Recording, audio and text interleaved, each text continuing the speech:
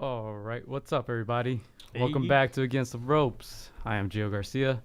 I'm alongside Christian Mosqueda, Christian Rodriguez, and Frankie's back. Same people from last week. How we doing today? Doing good, man. Feeling good. Episode 27 of Against the Ropes. Ready. Ready? Dude, I'm gonna start with that weather today. Shit was so fucking weird, I was man. scared. I saw a little bit of lightning driving too. Yeah. Yeah?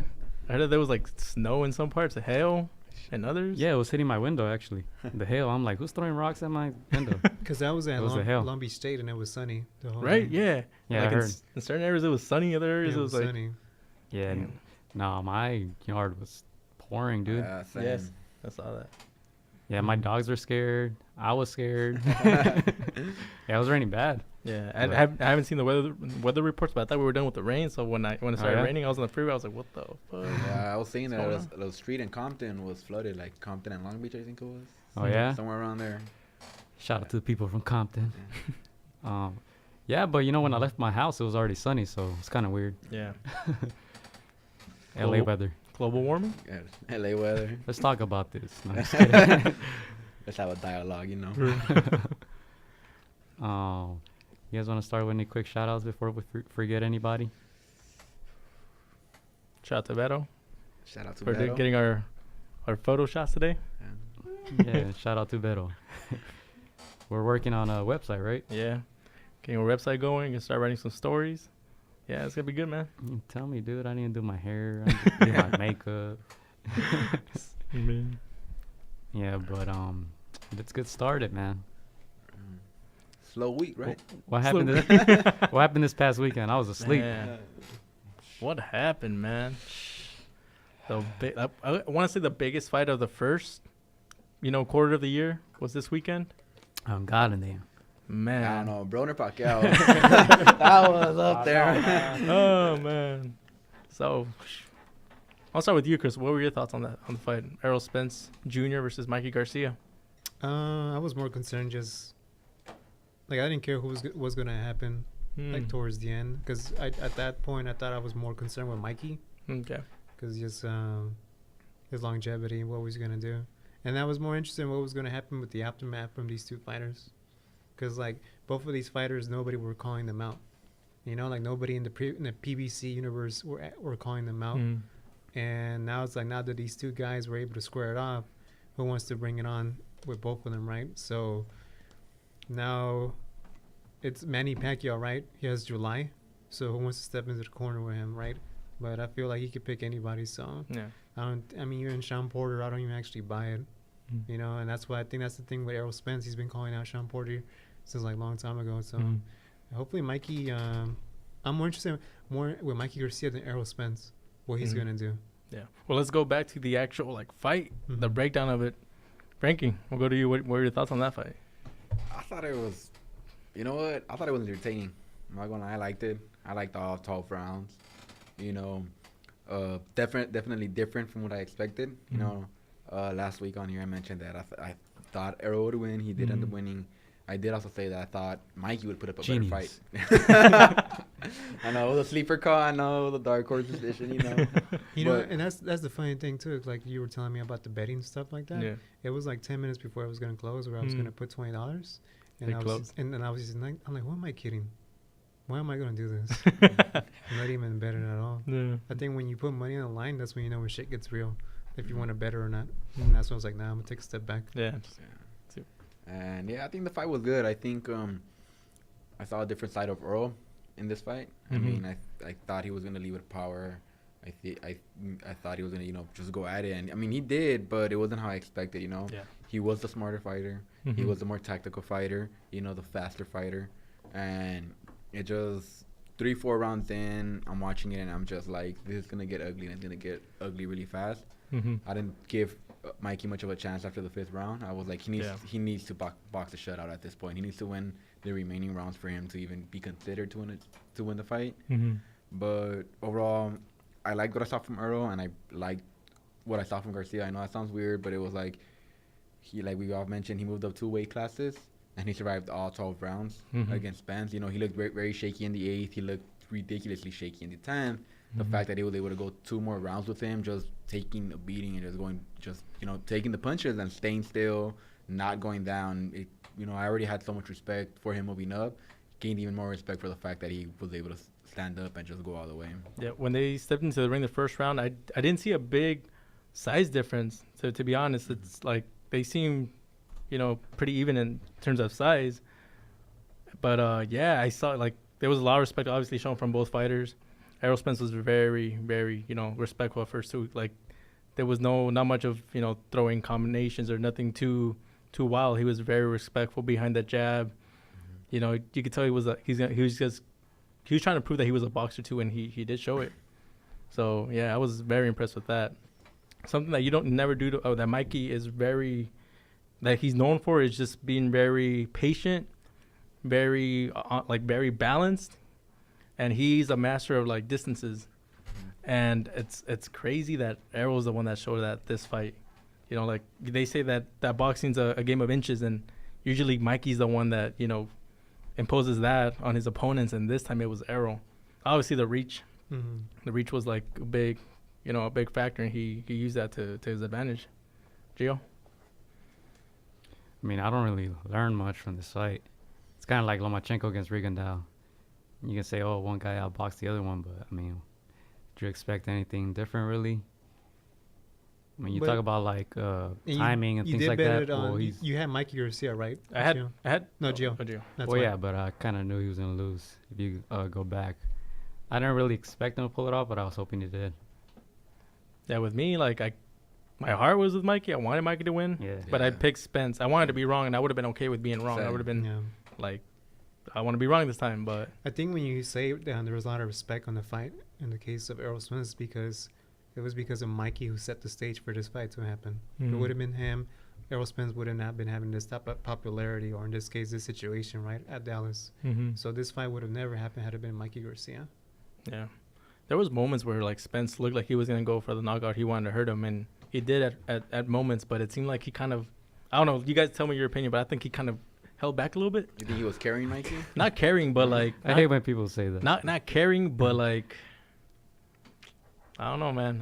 I don't want to say carry. I think that's an excuse that people say, because at the end of the day, it's a fight. You're not gonna say, I'm about to knock him out. I'm gonna just stop. Yeah, let me just hold on to him a little bit. Nobody says that. The one time I could say that is when Canelo fought Miguel Cotto. That was the one that I kind of. Yeah, that one's a little bit more. That one kind of like, okay, I think I'm seeing something different. This one, I think Mikey just got balls. I just think Mikey wasn't going down. Yeah, that's what I took from this fight. Yeah, because I was like, I thought Errol Spence had all this power, but he couldn't even hurt this 135-pounder. Yeah, the thing that was also telling was that Mikey's used to putting his punches together, finding holes. This time, like, he couldn't even find, like, he's fighting a taller guy. It's like Rigondeaux. He's not going to get anything against Lomachenko. Yeah, but he didn't even get, like, one clean punch in. He had a couple, but this is exactly what we were trying to say. Like, regardless what happens if Errol wins, nobody's going to give him credit. There's always going to be on that side. Regardless whatever he was going to fight, there's going to be people who are going to say, oh, like Rigondeaux and Lomachenko, right? There's always going to be somebody that's not going to give him credit at all. But sometimes you got to just recognize game, right? Yeah. Like, there's no way that Mikey could have found even a single inch, like you mentioned, inches at all. And we were trying to wait for that inch, but it didn't even came at all. Yeah. Well, Mikey was fighting actually forward the whole time. That's what I was impressed by. So I'm like, you're stepping forward against a bigger guy. I think he only stepped back in the 9th round. That was the only one. But other than that, he was coming forward, which looking for to the question: what was Robert Garcia and Mikey Garcia actually looking for? Yeah. That one big punch. Obviously. You think it was actually that? I don't think so. I agree. Yeah. I think there was moments where Errol Spence looked kind of off balance when he was fighting behind. He was actually reaching in the first half of the fight. He was reaching a lot. There was times when he was retreating back, and that was when Mikey Garcia was kind of landing. He was off balance in that case. But I was more concerned with Mikey's health. Yeah, I mean, other than the win, this is probably one of his, this is the best case scenario for Mikey. Not, a lot of people, I know Gio said that he's not going to get hurt, but there was a good chance that if he got caught, he would have been hurt. But Errol Spence threw over 1,000 punches. Never once hurt Mikey. He had him. I wouldn't say hurt, but he had him. Yeah, he had him at a point where. And then again, well, to me, like, hurt is Mayweather against mostly hurt. That's hurt. Have you ever seen a boxer after a fight say, "Oh, I got hurt in that fight." Yes. They wouldn't. You know what I mean? Many Like times. most common things, I don't actually see that. You know, They part won't. of it just because it comes down to I don't want to give nobody no respect even after I get defeated. Mm-hmm. The thing is that Mikey did give him respect. I mean, He did say he I think he caught him in the body one time, but I thought arrows could hurt him to the body because the body shots were obviously there. Yeah. I thought before the fight, I thought Mikey would go down from a body shot, but I was kind of I was surprised that it didn't happen, especially throwing over 1,000 punches. I don't think Earl was trying to go for the knockout. I mean, Here we go. Yeah. you know, I don't know. Like Yeah. I'm seeing the fire, and it's Yeah. just like, you know, we all know he had the power, Mhm. you know, but it didn't look like he was actually trying to showcase it. You know, like you mentioned, it was just like obviously what Robert Garcia and Mikey were looking for was like that opening when, you know, he throws a little right, and then Yeah. it's like Mikey's gonna take advantage of it. But we didn't see that from Earl. You know, right from round one, he established the jab, he kept him at a distance, and it was just like he's gonna win this fight. You know, to him it was a marathon and not a sprint. Mm-hmm. Yeah, and I feel like that's the way Earl went into the fight, and we all expected like, oh, it's gonna be like he's gonna catch him sleeping, or he's gonna hit him really, really good, and Mikey's gonna hit the canvas. But it was like, I didn't see Earl with that much of an urgency to knock him out. Kind of on what you were talking about earlier. Mm-hmm. He knew he was like, I'm gonna be the smarter fighter, and I'm gonna keep him at a reach with the jab. I'm gonna attack when I can, attack the body, but I'm not gonna let myself get caught. Yeah. You know, because even in the later rounds, I think like the 8th or 9th, there was like these wild rushes of Mikey where it was just like he did something, but it wasn't enough, you know, and it was just like, let's say Earl just slips up for even half a second in one of those rushes that Mikey had, and we all know Mikey has power behind him, you know. Earl could have got hurt. But you know what his corner man told him to go for it in 12. Yeah. Yeah. But I think what Arrow did well was the jab. I mean, most of them were kind of throwaway punches because a lot of them were landing on the gloves, but that never gave Mikey a chance to get in rhythm. Like he threw so many jabs throughout the fight, and over 1,000 punches. Like that was pretty impressive. But other than that, I mean, I can't really take away anything because he's not fighting a welterweight. So afterwards, then what do you come up with for Arrow and Mikey? In which direction are they gonna go? Well, Mikey obviously he needs to stay at his natural weight. You know, I don't think 147 is his bread and butter. You know, he has to stay at 140, 135. That's the thing with Mikey. Like he runs on the philosophy of high risk and high reward. So he knows that everything. When I say everything, I'm talking about all the money's in the welterweight division, right? So if he goes down to 140, there's no money right there. Like there's actually a tournament going on, right? Yeah. But in a 135, there's only one man, right? So, but the thing is, like, it takes two to tango, right? And I'm not talking about the fighters. I'm talking about the networks, right? So you have ESPN and then PBC, right? Mm-hmm. So that's the thing. Like even like Eddie Hearn. Eddie Hearn is waiting for Dylan White and Luke Campbell to get their shot at the WBC belt. This case, the heavyweight and the 135 belt. So I'll be surprised if he does stay at welterweight. But I think I'm more surprised when Mikey's gonna fight the next time. Mm-hmm. Let me ask you guys something. Was there ever a moment where you guys thought that Robert was gonna stop the fight? Yeah. No. All right, let's start with you, Frank. There was a point where it was just Mikey was just taking punches. You know, you question the longevity of Mikey. It was like there was a point in the fight where I was just like, if this fight doesn't get stopped and he gets really hurt, we might never see Mikey at an elite level again. You know, because it's like if you get knocked out or you get hurt really bad, that messes not only with, you know, the physicality of your body, but your mental state. You know. Yeah, it's So- the mental. Yeah, it's the mental state. It's just like, let's say you move down to 135, or let's say you move down just to 140, and you fight at 140. You're still gonna be fighting bigger guys. That's always gonna be in your head, where it's like, I fought a bigger guy and he knocked me down and I got really hurt.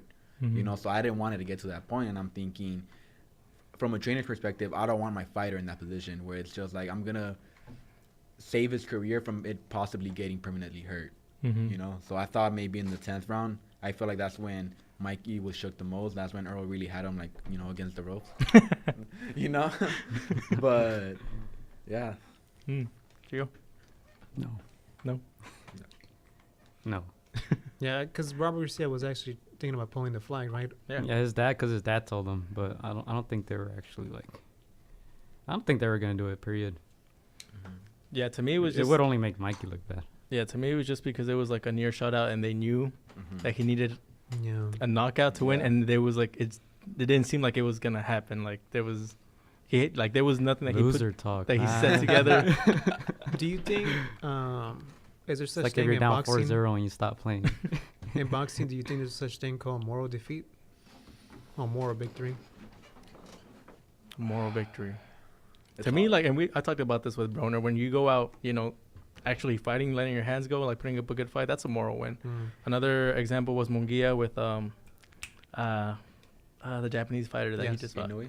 In a way, yeah, that was a moral victory, even though he lost. Like, Mm. you made fans. Like, I'm a fan. I want to see this guy fight again, even though he lost. I think he lost every single round. He fought like a warrior. You know what's a moral victory? When you see that check. I mean, you don't really lose. So Forbes said that both of these fighters are going to be making $8 million. 8? $8 million. 8 million? These guys ain't losing shit. $8 Yeah. million. It's not bad. And with the pay-per-view numbers going up to probably 400,000. So we were talking That's- about yes. this at 150. So that's good. I don't know. Yeah. I'll subtract like 100,000 from that because it's Fox. Yeah, I just want to go on record and I told you I was going to sell. Y'all kind of looked at me weird. How many did you say? 300? I said 300. Yeah. You said 300, yeah? See, you didn't get it right. No, Yeah. I think you're He's on- right. He's on the spot. I This think is- I'm around there. I think It's it's like, probably like 320. I think 350 maybe at most. I don't think it breaks 400. Mm-hmm. But They're going to tell you it is, but Yeah. no, it's not. Yeah. But part of the reason why is because, Fox has commercial time. I remember there was a time when I was looking at Instagram that Complex magazine was actually even showing an advertising of the fight. Oh, yeah. This fight was This getting was advertised everywhere. everywhere. On And Pandora, like. and Oh, that's my point. So Yeah. when I was watching at the movie theaters, Mhm. I was kind of like concerned who was going to sit right next to me. Yeah. And the person right next to me was like some guy, 70-year-old guy or 65-year-old guy. He runs a at-risk boxing academy right here in Mhm. Compton. I ended up getting his contact because I want to hit him up. He told me that he didn't know anything about this fight. Mm-hmm. He just said he saw so much information, like so much Ah. advertising. He just, I guess it's a good fight. I'm going to go watch it. Mm-hmm. That's what people with money do. yeah, I knew it was selling well when I had homies who don't even watch boxing telling me, There like, you go. Yeah. they were like, who's Mikey? Who's Spence? Yeah. Man. And I'm just kind of like, why? And I'm like, I keep seeing a commercial for them, and they're making it seem like it's a big fight. And that's when I was just kind of That's like, how you get them, man. That's how you get them. yeah, it's like everybody watches Fox, It's like, Yeah. But that's one of the things I think people are like afraid to miss out because they're like asking you even though they don't even know these Yeah. boxers. Yeah, Like, that's hey, true. what's going on? If you're missing out. I don't want to miss out. Yeah, even my sister that she doesn't watch boxing. She's like, hey, is there a big fight this weekend? Like, Didn't I even was- say how you doing, huh? Before they you didn't even that ask me how I was question. doing, bro. Like, is there a big fight? Because yeah, I think I'm gonna order it. I was like, Right. okay. But I think that's what I really love about this whole Fox PBC deal. Yeah. Before when it was like everything was just strictly Showtime, it was like it was limited audience. You needed to have cable, Mhm. only cable. You needed to have the premium service. Everybody and their mama got Fox. All you needed is the TV at this point to have Yeah. Fox.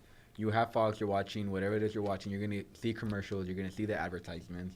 People are gonna be like, oh, there's a fight this weekend. Who is it? They watch the fight. Yeah. They order it whatever way, and now they see these fighters, and it's just like whether they like Earl dominating or whether they liked Mikey standing up for 12 rounds, they just got new fans. Mm-hmm. And it's just like a lot of people say like, oh, boxing is dead. It's coming to an end. Nobody watches it anymore.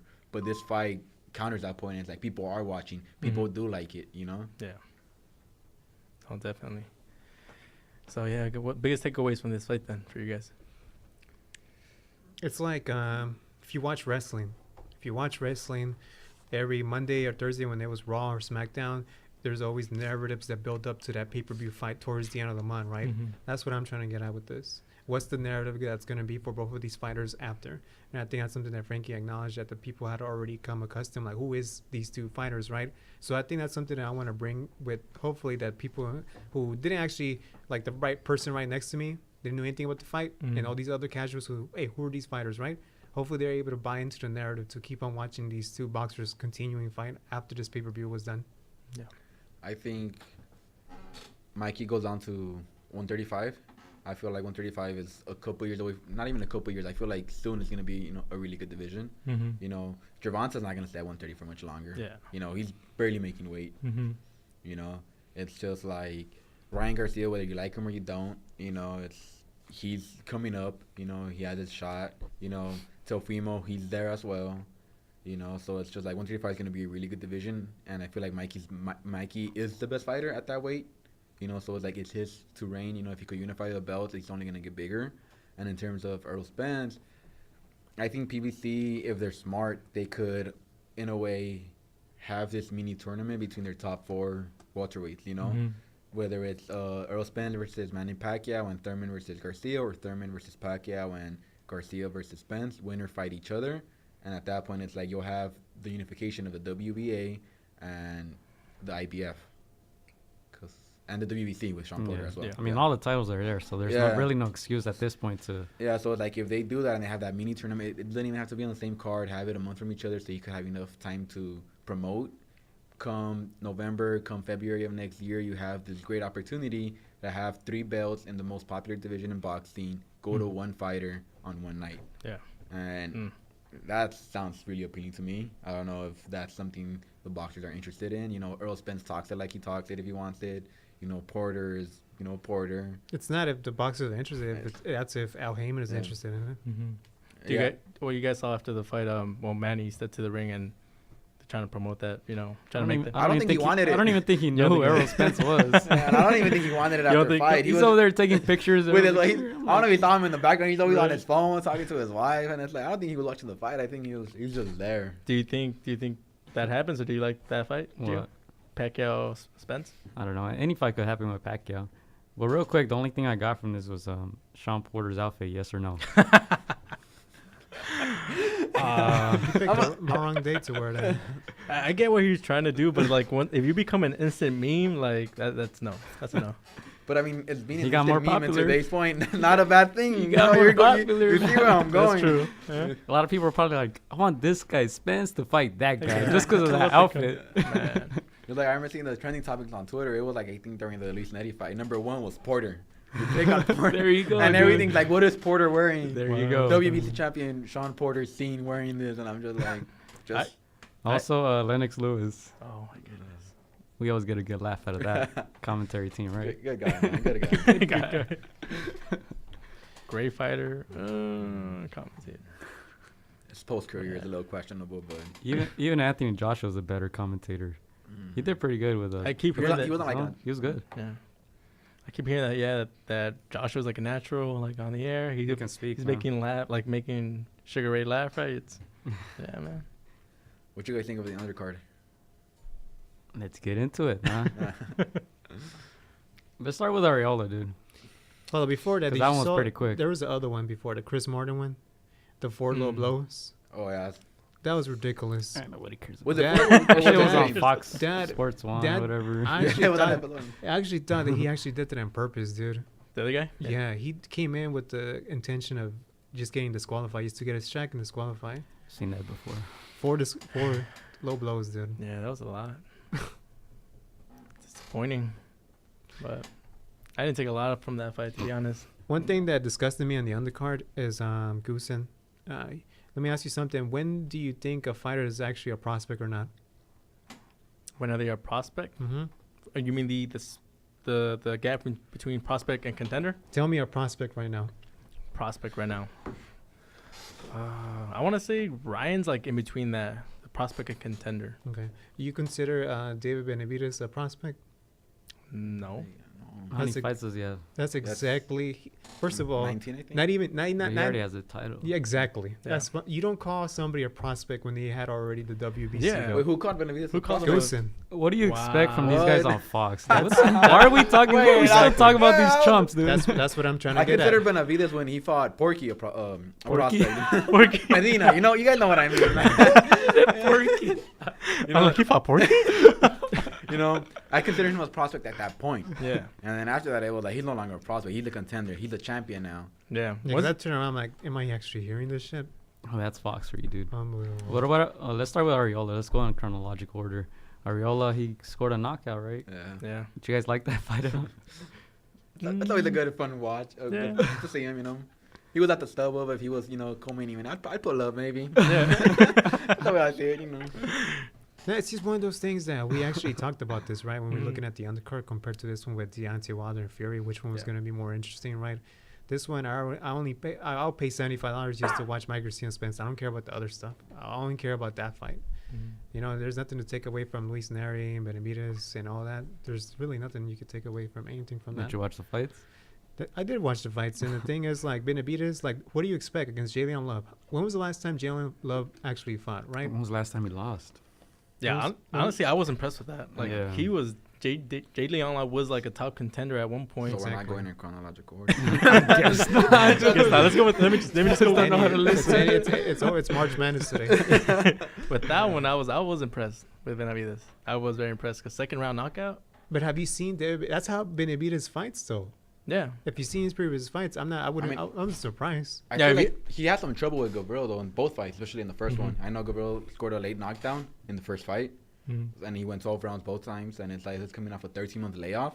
I didn't expect him to look that good. It's not Yeah. even that. Even when I was at Churchill Boxing, the stories that this fool was actually beating the shit out of Dimitri Bivol, I'm like, come on. If he's doing that type of work against Bivol, what do you expect that he's going to be doing to Jillian Love, dude? yeah, yeah. The Well, that's thing is, sparring. Calm down, Rolly. yeah. Well, I mean, but that's everybody from Churchill Boxing. They were Yeah. actually even thinking about paying, like, that people should actually pay to watch this shit because you don't actually see that at all. To me, like I expected him to put a beat down on Jalen Yeah. Love, but Not like that soon. not that soon. Not that. Yeah, Yeah, I thought he was not gonna like that tire soon. him out. You know, like Yeah. 6th, 7th round knockout. I kind of think of a Kovalev like Pascal, like you break him down 8th round, 9th round, and it's No, Yeah, it's he the went even for it season. since the beginning. He had like Yeah. what 48, Yeah. 46 punches in the first round. And yeah, it's he just like, Something like that. completely like did not respect his power. He just broke him down. He was like walking him down, like Mhm. took some punches, like kept coming and took him out.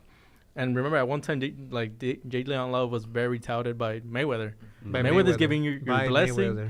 Yeah, but if he's giving you your blessing, like if Mayweather's giving you your blessing, you're like, okay, That's because you that's should pay the only attention to this fighter guy. that wants to be on his blessings in that promotion. But yeah, so I was impressed. I mean, and it's a Yeah. perfect way to come out when you have all these, Hispanic Yeah, people. he tried to take advantage of it from the ring entrance to the performance. He went forward the whole time, power, speed. I was impressed. I thought it was gonna last longer, like you said, Mm. but man, he Even the cameras they show Yeah. Mayweather and Oh, yeah. everybody after the fight, they're all like, Yeah. just looking at it like that's it. Mm-hmm. I want to touch on what Christian said right now about like he mentioned something about like the fans and how you got to show off from the beginning from like the Yeah. entrance. And it's like you're on a card with Mikey Garcia, who's is very. that's what I coveted- thought Arrow was gonna try to Yeah. do, but you guys are over here like, no, he didn't want to get a knockout. No, so it's just like besides the fight, you see Benavidez come out, he has the Mexican flag waving behind him. He has like a Yeah. narco corrido playing at his entrance song, and it's just like I remember I was asking Christian like, does this fool even speak Spanish? Like, so like I'm seeing this, and it's just like one of my friend, his girl, was watching the fight with us, and he's just like, oh, he's from Sinaloa, huh? And I was like, I don't know, I think Michoacan or something. And he's like, then why does he have this song? And I was like, what song Oh, is my it? And she tells me the name of it, and I'm Yeah. just like, oh, I don't know, I guess Yeah, he likes it. yeah. And he's like, I like it, I like he has it. that look, he has like that pretty boy look, the narco corrido, the Mexican vibe to him, and it's just like if she became and a the fan, fight, the lived up fight to itself, the, yeah. that So it was like spectacle, right? from step 1 to like step 5, step 10, whatever you want to call it, everything from of Benavidez was perfect. On the Yeah. money, on a pay-per-view, Yeah. on Fox, the biggest event of the first quarter. Mm-hmm. He couldn't have done it. He couldn't started his comeback, if you Yeah. guys want to call it a comeback, any better. Yeah. Yeah, I think from any fight in that card, he's probably the one guy I want to watch next the most Mhm. because of all that you mentioned. So I was impressed. I was impressed by that. Yeah, something that I noticed also from like the casual fans, like if one of their fighters loses, like they're like, okay, who do we have next? I heard a lot of Canelo talk, a lot of Benavidez talk here and there. Like they Yeah. always like, I don't want to play that card, but like it's kind of like the schoolyard, like, oh, the little brother got beat up. We got who's the big brother, to step up. Canelo's always the big brother. He's always. That's why people talking about like if Mikey moved up 2 weights, Earl should move up 2 weights and fight Canelo. Right? Anthony Joshua. Oh my Anthony God. Joshua Canelo should fight Canelo next. Canelo fighting at 168, and it's just I was so confused I was by like that. ridiculous. Pacquiao against Canelo. always running to, and I'm Mexican, Canelo has some respect, not really big on him, but it's just like I always find it funny how like, well, he wouldn't beat Canelo, Right? I'm like, and it's just like, man, what do you expect? Of course he wouldn't beat Canelo. Nobody's beating Canelo. yeah. Yeah, I think on the Forgot whole, what I was gonna say. on the Something was PBC gonna universe, the only fight at 168 that for Benavidez that you want to catch it'll be Caleb Plant. Yeah, that'd be a good one. Yeah. Yeah, Because- but also going back to like the casual talk, like if they're really trying to get into boxing, they're just looking for somebody they like. Yeah. Like Benavidez, they're like, ooh, this guy is actually pretty good. I'm gonna start following him. What's his name? I'm gonna Mhm. Google him. I'm gonna go look him up on YouTube, and that's how you gain fans, especially on a big pay-per-view fight like this. And then 50,000 people at the stadium.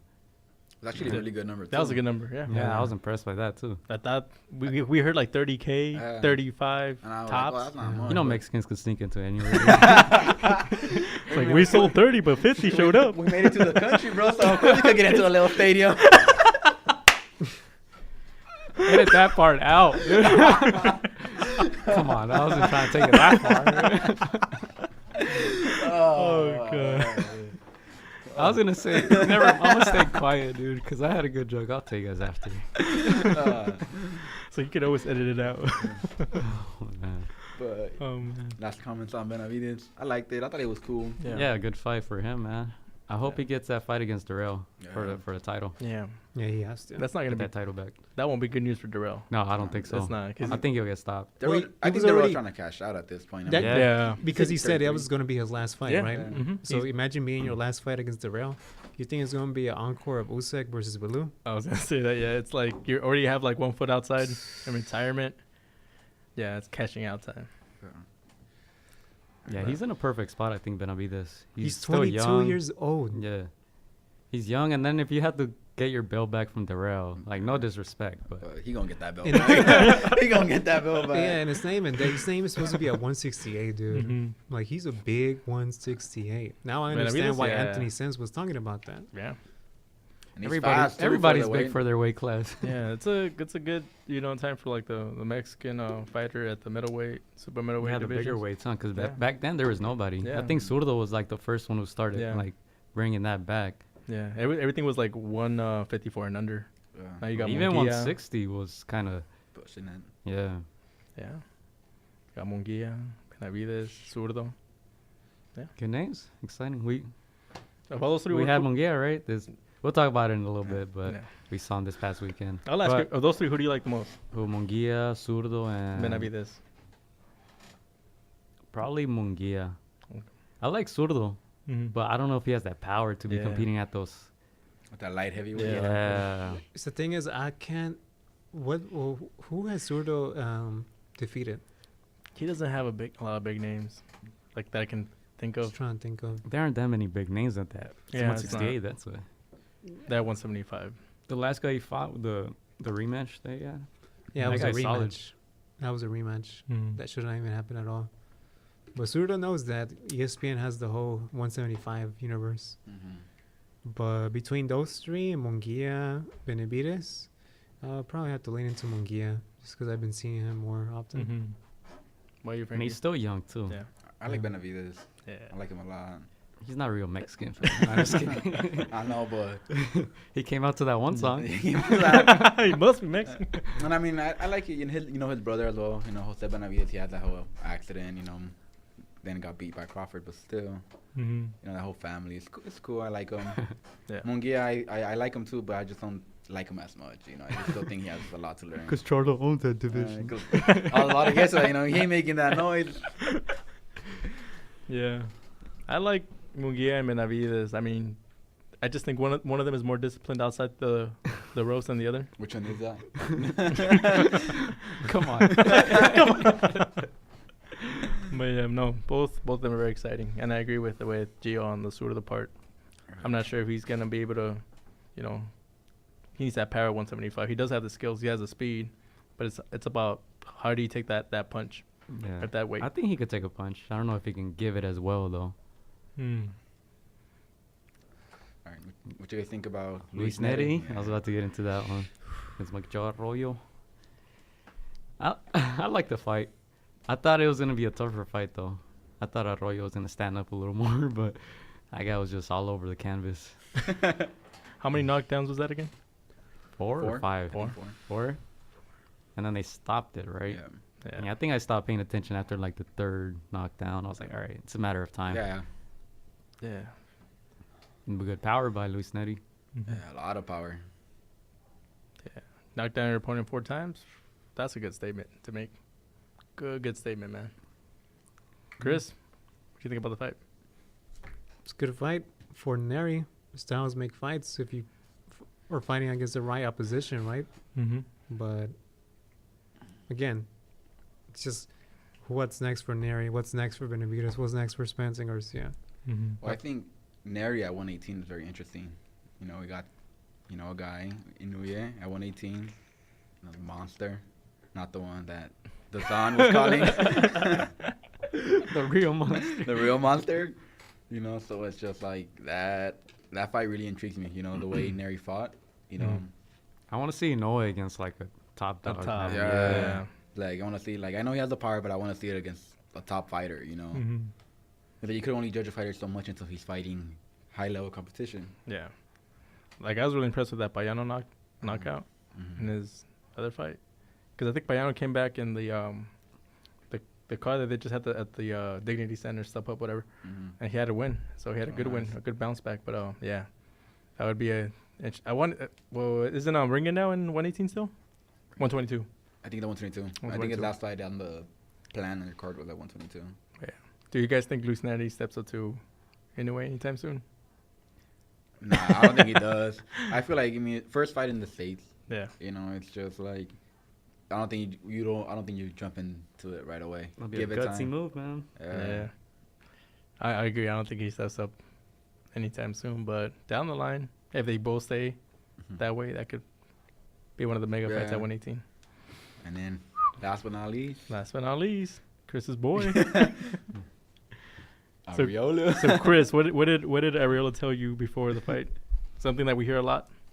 March Madness, one and done. So, you know, if you're in and you're out. And I was surprised for Arreola to come out with that type of statement, right? But kudos to him because he wants to stay relevant. And that's one thing that I did like with what he mentioned when I interviewed him, that he was going to be training at his house. And I think that's one thing that, even like with me training, like I like to just be in my own place, be away from distractions, from everything, from the media, and just, I think that's one thing that's cool about Chris Arreola, right? Because he was literally against the ropes when he was talking about it with Al Heyman, right? So whatever's next way out, Chris Arreola, he deserves it because everybody was writing him off already. In fact, even when we were posting something on Instagram, they were like, oh, he should retire, this and that, you know? Again, those are all casuals who never actually had gloves in their hands, hit the punching bags at all. But kudos for Chris Arreola, and I'm proud of him, especially the way he, that's how you're supposed to, not through the scorecards when you're a heavyweight, but you're supposed to be winning by a good punch. Big punches. I don't think there was any way both of them would have gone 10 or 12 rounds or whatever. Yeah, they're taking too much leather. They're so gassed out in the second round. Anything that you like from Arreola? I like that he won. I like that he's not going to retire or think about retiring. Because if he lost, I don't know if he would have actually retired. But I want to continue to see him fight. Hopefully, if he loses his next match, hopefully it's a big match, right? Hopefully he gets a big payday and possibly a title shot. You never know with these guys nowadays. Yeah. Who do you see him lining up against, Chris? Chris Arreola. So, I mean, they have a lot of heavyweights. But like one thing that he understands is that there's a huge long line of heavyweights. You know, everybody wants to go through the heavyweight goes through Joshua and Wilder, right? Anybody else, you know, unless you want to consider Lenny or something. But Arreola is tough, man, because he understands his place. So it could take him probably next year. But the important thing is that he's relevant. Yeah. And when I say relevant, not because he won, but he stayed relevant against the new population that just watched and ordered this pay-per-view. Yeah. Because they want to see him fight. Yeah, I feel like when people are like in that area, like Arreola, at the crossroads, you really have to have a lot of, and we talked about this, moral victories. When even in defeat, you have to put on a show so people could still catch it. And we had an example with Gabriel Rosado. And I call it the Josecito Lopez effect. Yeah. Because like if you lose to like one of the top and you lose like dominant fashion, you're almost like written off. Right. So you have to really like put on a good show. And an example is Gabriel Rosado this weekend. Chris, you want to talk about his fight? I mean, he looked like he was going to be done after the third round. Right. And then he found something because he remembers that he's from Philadelphia, right? Rocky Balboa. And what ended up happening, right, in the ninth round, I mean, I told you guys, something like that where I see somebody throwing like 9 punches behind your neck. I see something like that through the alley, dude. I mean, he literally was trying to pull a Rocky movie, part 5 or part 6, whatever you want to call it. But he stayed relevant, but this is the type of Gabriel Rosado that we are accustomed to fighting. War. Frank, did you see that fight? I saw it, yeah. You saw it? What'd you think? I thought it was dope. I mean, I told you guys last week I like Rosado. Yeah, I like him a yeah. lot. You know, I thought the fight. Oh, you say it with confidence now. Yeah, I was a little. I guess I was a little nervous last week. I was like, they gonna judge me so hard if I say I like him, Rosado. dude. Rosado. Rosado. Oh, middleweight, that's the one you like. Yeah. And it was like you said, I thought it was gonna be over by the third round, Mhm. and then it's like he got that second win, and then it's just like in the ninth, it's like, oh, he has a shot. He if he could get him, it's gonna be over, but he didn't, and it's like, all right, he lost again. Yeah, dude. Let's go. After that second knockdown, we were like what, ringside or Yeah, we were getting ready to do our show, ringside commentary. yeah. After the second knockdown, we're just like, looks like he's done. He's done. Looks like See, yeah. but that's why you don't throw in the towel, like Yeah. you guys are saying about Mikey. But Rosado was actually hurt like many times in this fight, and they gave him a chance, and he landed that one punch. His opponent was lucky that it was Mhm. toward the end of the round, or else that could have been dangerous for him. Yeah, dude. It's funny because who was commentating? Someone said like, "Oh, do you think he's gonna make a comeback?" Like, no, that's very unlikely. I don't think it's gonna happen. Like, they were like really It's like, boxing, man. yeah. And then that one punch, boom. The second knockdown. I don't know if you guys Yeah, noticed, that one's but interesting. what's the how do you say his name? Sulecki. Sulecki. I think that's the right one, but I thought it was people get Sulecki. mad at Right. We fucking Americans get mad at other people's pronunciation, so they say however they say. yeah. So he actually turned his back. Once you turn your back, that could Yeah. some refs could stop the fight. Why do you think he did that? Because he was just disoriented, or I think he was a little Hurt. bit, and I think he was. I I don't think know. he was hurt. Yeah, I think he was hurt. Well, he was hurt for sure. Yeah, But like, but that was dangerous for him. yeah. Because Rosado did. I think he landed one good punch, like from the side. If he would have landed another one of those. Oh yeah. Yeah, yeah. Oh, yeah. man. Yeah, Not yeah. expecting it and whatsoever. That turning your back is kind of like you taking a knee, but halfway is, and And that he didn't bot- even had his hands up. yeah, No. He had his hands down to the side and just turned. yeah. Any other ref could have stopped it. Would have been like, you're not even trying to fight, because the whole point of in boxing, you have to try to fight, take Yeah. a knee like in front of Mhm. your man, or clinch. And he was clinching.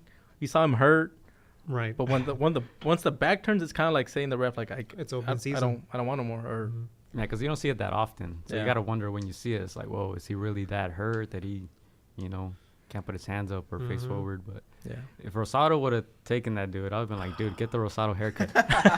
for real. That would have been his Rocky moment, man. Like, man, we were like off our seats. Were like, oh like, yeah. dang, he got him. Like, we dropped him once. We're like, oh man, he's got him hurt. He could. He's 'Cause gonna get the I'm- win. Yeah, honestly, I Man. didn't think he had the power to knock a big guy like Sulecki It down. looked tough. Right? It looked like he It was. looked like he was done, honestly. I was like, fucking Rosado, once again, disappointing. Disappointed I'm again. But once again, I mean, you- you're a Liverpool fan, bro, so you should kind of expect it at this point. Says the Arsenal fan. Hey, did you guys win last week or no? yeah, for we that did. one? We came back. Yeah. Yeah? It's like we're Do- boss. Do you know who they played this time? Yeah, it was Stade Rennes. Oh, okay. Yeah, it was kind of. Third Is that- division team. Or Yeah, that's actually they That's 10th place right now in League One. Yeah, I was gonna say that's that French team. Yeah. I saw. I think did you put My boy. a meme like PSG lost to Man U, who lost to Arsenal, who lost to like that team that's like way behind PSG. Aubameyang brought out the Black Panther mask. I don't know if y'all saw that. No, I didn't see it. Yeah, you know how Brought back, it out? Yeah, but you know how back in Dortmund he used to put the Spider-Man mask on. Yeah. Yeah, he scored a goal and then he brought out the Black Panther mask. Dang, I gotta see Dope, that. dope. Yeah, Gotta link He that needs to up. leave that team ASAP. man, whatever, man. Wasting talent. But to wrap, like bring it back to Rosado, man, you're never in a boring fight with that guy. Yeah, Like it's always interesting to see. always him. interesting. Ever since that Triple G The fight, I was Triple G like, fight, yeah. I was like, damn, this guy has balls, like heart. Yeah. That fight was brutal. It was bloody. It was Yeah. kind of like the one we saw on Friday. Yep. Yeah, and Rosado was already bleeding right in the early rounds already Mm-hmm. from his Well, I mean, cheek that already. same cut bleeds every single Yeah. fight. That's what I'm trying to get at. It's Yeah. always something that you already come accustomed. But anything else? Anything else? Just if you're in that crossroads, get that moral victory, even in defeat. Mm, All right. You guys want to talk about the fights? Friday, Allstar Boxing. We did our ringside commentary at the Quiet Cannon in Montebello. It was Friday. It started like at 8:30 maybe. Yeah. They always lag it. It's always supposed to start at 8. But we were there. We had the fights on. Shout out to Lily, Chicana Boxing. mm-hmm. She had her laptop. We were watching the zone on that. So we caught the fights. And it was a good show. It was, 6 fights? Mm-hmm. I think if I were to summarize it in one sentence, I would just say that it was fun. Chris? You like that, huh? Overwhelming those characteristics. No, when we were done with the fights, there was these I two don't have these. Mexicans behind me, and I'm not sure if you. Oh no, you weren't there, Chris. But these two Mexicans were behind us, and they were drinking beers, Mm-hmm. and they were just all excited like that. Like those were like some great fights, this and that. But I think that's one thing I take away from the whole fights. Besides that, all my papers have blood because of the one fighter, Mm-hmm. but it's really intimate, right? Where you have people who bring their families, this and that, and you also have opportunities to meet John Molina, Jaime Munguia, and the guy right next to me ended up being Lou Moret, the referee. So if Yeah. there was ever a way where I'm able to learn something, I stay quiet. I don't interrupt anybody, right? Ask them a question. Then listen, process it. Why did you score that specific type of round a certain way? Mm-hmm. So I was gonna ask, what did you ask, and what did you take away from it? I was just trying to ask him like why a certain way, like who. Well, first of all, like he actually decided a fight to be a draw. Forgot which Mhm. one it was, and then there The was Roger Gutierrez one, right? I believe so. And then I was asking Yeah. him Against about Bastian? Was it that one? About Emmanuel Castro. Emmanuel Castro? yeah. Wait, let me see.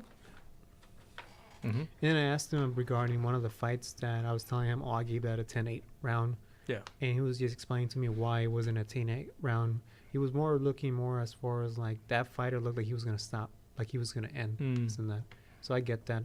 But man, it's a great experience. Yeah. So to break that down, that was a round where I was doing camera work Mm-hmm. that day, and I from far, I was kind of far, a little Yeah. far away, not ringside like you guys, but I would have scored that round 10-8 if you could clip it up, Gio.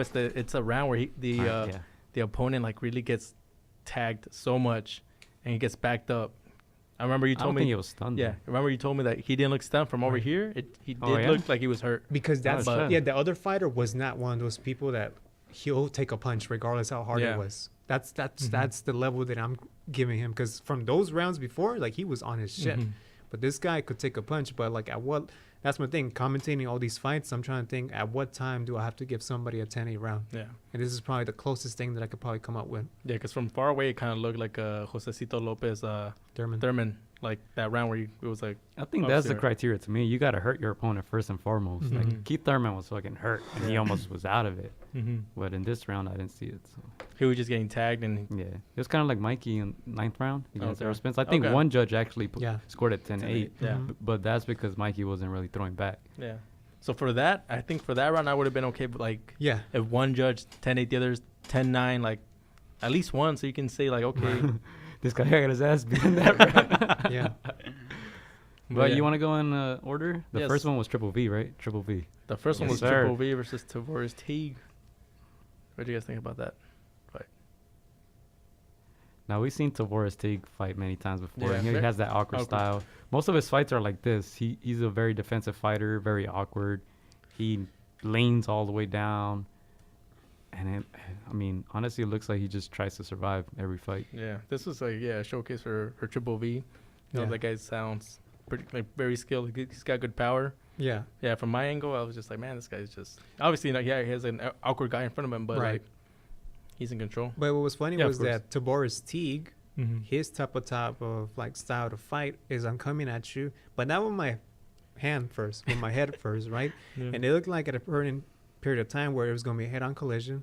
Mhm. Coincidentally, after the end of the fight, there was no head-on collision with no blood. But after that fight, it was open blood season. There were so many headbutts after that fight that you would have thought that the first fight would have been like that. Yeah. So I was working the camera. I don't know if you guys noticed, but he was kind of sweaty. Who? Teague. Teague. I was like, was this guy like sweaty, like on his shorts, like backside? I think I saw that. So I was like, is this guy nervous? Oh. I don't want to say it, but like, did he like? Don't say it. Because you're going with Triple V. This guy's like a 5-4 or 5-0. I was like, I was working with like EJD on the other side. He's all like, that guy's sweaty, like back there, like that guy must be nervous or something. Right. But I think he had the hype man in his corner, right? oh, Was it that him? hype man. So freaking, we had a hype man, like, so he was a corner man, right? Yeah, he was a corner man. His fighter lost, but he decides to jump in the ring and like Yeah. Grabbed the Free- mic. from the announcer starts to freestyle. He did like a hip hop performance for us. How was it? It was, I liked it. I thought it, I liked it. I thought it was like unexpected. He wasn't great, but he was like, the hype man, energetic. Got some people pumped up. I was like, okay, this is cool. The first time was The first cool. time was cool. Yeah. First time was Then cool. he did it every He did it fight. like 3 Oh, times. he overdid it. It got to the point where the ring announcer wasn't Right. giving him the mic, and they Yeah. started Yeah. like tussling for it. He overcooked his grits, man. Like, Yeah. yeah. One and done. One's enough. Yeah. You want to move on to the next fight? Yeah, next fight, it was your boy John Sanchez Leon versus David Morales. Oh man, Oh, that's the fight, right? that's the That's fight. the fight. So, Frankie, you have to see one of these fights. Watch that one. It was the That second was a fight. good one? I'll link you up, dude. Yeah. It was. Oh man, I might use that as the thumbnail for one of these. That was what's his name? David Morales, or what are Yeah. you talking about? Yeah, David Morales. Badu Jack. Badu Jack, bro. Yeah. We had Badu Jack, bloody It was Badu bad. Jack. It was bad. We got blood all over our papers. There was blood on Lily's laptop. It didn't get on me, but I think it got on my brother's cheek. The blood. It was just. He got on me, and I was 100 feet away. Now. How was the cut? How bad was it? It was a Oh gash my right over here. goodness. Oh, Yeah, I actually went to the locker and he had a gash right here, and then he was swollen over here on this side. All right, so Oh my god. this fight, the first 20 seconds. Yes. First, Yes. first 20 seconds. I actually ran into this kid when I was getting to the venue. He pulled up and they said what's up, like with his trainer. I don't know if it was his dad, but they would say what's up. And then I was like, oh, what weight class are you fighting? He's like 147. And then when I look at the sheet, he's fighting this other guy, John Sanchez Leon, whom we've seen fight many times, and he's pretty solid. He's good. So the first 20 seconds, this guy gets a cut on his right side of his head. Right side or left side? I think it was the Right side. right Right side, side of yeah. his head. It looked like he just grazed him, but Fuck. somehow it opened up here, and he was just bleeding for the rest of the round and the rest of the 2 rounds that the fight went on. But This is John Sanchez Leon. You can see his blood on the trunks. Yeah. so this guy, they let him continue. The next 2 rounds, his left eye got Oh. swollen shut, and on the right eye. The hell did I just say? All right. Yeah, the gash was in the top right hand. Dyslexic. Yeah, and the left eye was swollen. Yeah, so yeah, blood on one eye, so you couldn't see off And that the one. other one was closed. Yeah. Oh, yeah, and it they was- still let him. He Fight? went on 3 rounds. So every round, like they kept saying like, "There's no way he's gonna continue the next round. There's no way his like He just kept coming corner back up. is gonna let him come let him know go what out." you know what I told Lily? What they should do? I told him that they should bring a mirror, show that person how they look like. Stop. Like, do you want to continue? Right? Yeah, like, do you want to continue? man, I'm sure it was bad. The thing is that his corner couldn't even do anything about the cut. Yeah. They were just Yeah. like putting a towel on it and then Yes. just Vaseline, and that was it. Yeah, they weren't even putting pressure at all. Yeah, man. Did you guys talk about that? Were you guys like, okay, they have to go to work on? Yes. But I was like, it's not even a Yeah. coven. It's like That's all I was like they're looking doing at. They can't even do absolutely nothing with that. nothing. that guy's like really a painter, but they told him to come be a cut man. They told Morales my- that he can't fight for another 180 days. Yeah. It's gonna be longer, I'm sure. Yeah. That was a bad cut. And it's one of those things that hurts me seeing somebody get hurt like that. Because in this type of fight, right, when you're at your early stage in your 5th fight and you get destroyed like that, how long is your longevity towards the end Yeah. for your next fight? So this Mhm. guy was 2-2-1, Right. and he was actually in the fight, dude. He That was a was. surprising fight. It wasn't Mhm. like he was getting his ass beat. Mhm. He was in the fight, but it was just unfortunate, dude. First 20 seconds. Fuck. Yeah. To me, just the amount of blood that was on his face that was gushing Yeah. out, like, I was more like, why isn't the ref stopping it? Like, you don't need. In fights, yes, like you have that corner, the corner can stop it. You have the doctors can stop it. But like, you see that much blood, it's like Yeah. you take Stop it it upon right away. yourself. I even told Lumoret, is this the most blood you have ever seen in a fight? He's like, no, not I think we until- asked him that one time. Oh, yeah? Remember? Yeah. Remember our Oh, little that's right. interview with him? Yeah. He told me last time he seen blood like that was against Klitschko. Yeah. Lewis. Yeah. Yeah. Which was funny. Remember when he told us? Because like, Lumered is like tiny, and he's in the middle of these 2 towers. Right? Like, how are you gonna separate these guys? Like, yeah, we did ask him like, what was your favorite fight to like cover? And yeah, Yeah. it was Lewis Klitschko. Yeah. I was like, how are you gonna break up these guys, man? Like, you're gonna you can say. Oh, come on, dude. You're a little inappropriate today. Yeah, man. but dude. So John Sanchez Leon had white gloves, but they were red by the end of the fight. And his trunks too. That was terrible. But yeah, they stopped the fight, and John Sanchez Leon scored another stoppage to his name. And then the fight after that was a 6-rounder. Roger Gutierrez against Emmanuel Castro, right? Yeah, that's the one where I told you guys it seemed like that was a Duran, a poor man's Duran versus like a poor man's Salido. Salido. Like just like the man. I was laughing. Yeah, it was a good fight. First half of the fight was Roger. Second half of the fight was Emmanuel Castro. It was a close fight, and it was a draw, right? If I'm not mistaken, at the end of the day. Yeah, by Lumorant. Yeah. So I think one judge had Roger up by 2 rounds. Do you guys remember the scorecard or no? I actually had it Castro by 2 points. I think the other judge had it the same thing too, Mm-hmm. because Yeah. it was a split decision. One judge had Roger up by 2 rounds. The other judge had the other guy Castro by 2 rounds, and then Low Moret had a tie. So I'm not mad at Yeah, that. I had it pretty close. No, that wasn't. Yeah. All right. Next one was Alexis de Luna, Daniel Bastian. Yeah. A lot of people were booing after this fight. Yeah, why do you think that was I the have case? no idea. This is the one, the 10-8 round, right? Ish. This is a high school kid. No, I don't think so. Yeah, the high school kid. Yes, the 10-8. Yes. Yeah. So 10-8 for who?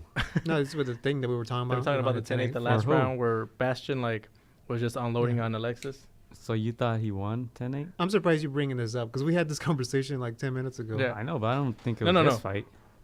I guess people were booing because Bastian, like, I felt like he won the last 2 rounds, 4-round fight, right? No. Yeah, even the 4 other round. cameraman was like, that fight was close. But I was Yeah. just like, Do you I think didn't it was so. because of the hype man?